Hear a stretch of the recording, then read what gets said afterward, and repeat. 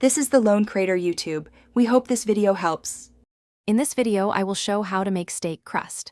Pat steaks very dry with paper towels, season generously, and bring to room temperature before searing.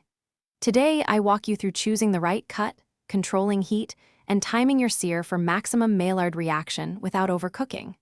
I keep tips practical, with simple tools and clear steps that fit any home kitchen, so you can get consistent restaurant quality at home. Start by patting the steak completely dry and applying coarse salt and pepper evenly on both sides.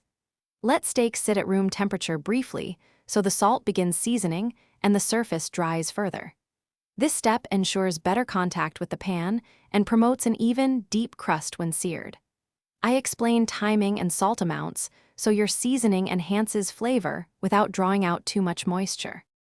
If this guide is helping you, please subscribe and like the video to support more content. Quick recommendation: life's too short for cheap socks, so go darn tough for comfort and a lifetime warranty.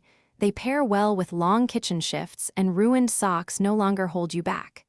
Check the description for the link and other deals, and if you enjoyed that tip, now let's get back to the video. Heat a heavy skillet until it just starts to smoke, then add a high smoke point oil and the steak. Press the steak gently so the entire surface touches the pan for an even crust. Listen for a steady sizzle, then resist flipping until you see a rich brown crust. Flip once and finish to desired doneness. I cover heat control and finishing times so you get a perfect balance of crust and interior. Thanks for watching. Consider subscribing if we helped you.